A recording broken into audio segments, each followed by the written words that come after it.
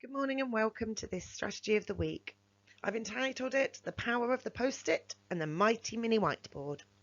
As a starter question, I'd like you to guess, how many words do you think you can fit on a post-it note, a standard square yellow post-it note, writing on both sides but not on the sticky strip?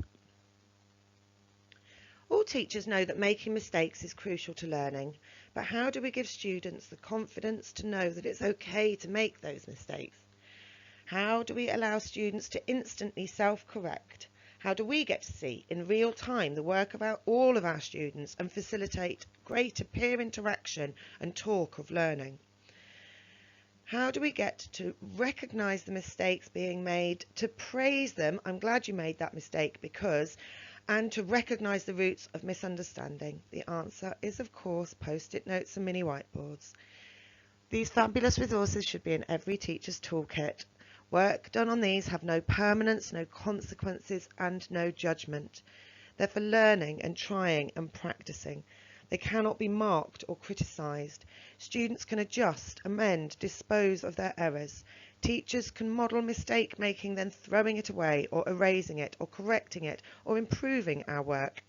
They allow for every handwriting and all learners. They are kinesthetic and multisensory. So, suggested activities. Write a tricky word with its definition on a mini whiteboard. Pre-reading texts. Find a word you don't know. Write it on a post-it note. Come and stick it on the board. This does, of course, create a little bit of happy chaos that needs to be carefully managed. But from that, you will have a really valuable word bank of the words that the students in that class at that moment genuinely don't know. On your mini whiteboard, write a fascinating fact for the topic we're on and show it to someone across the room, again sharing that learning. Team games. Divide your class into rows and then have an activity to complete on the mini whiteboards. The first team with all of their mini whiteboards in the air, all with the correct response or a good answer, gets a point.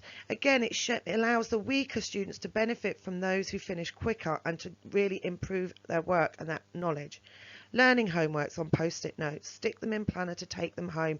Students can then stick them around on their bedroom or use them with in a really active learning sense. Brainstorms. Write on your mini whiteboard all of the verbs, negative numbers, keywords, ideas on a theme.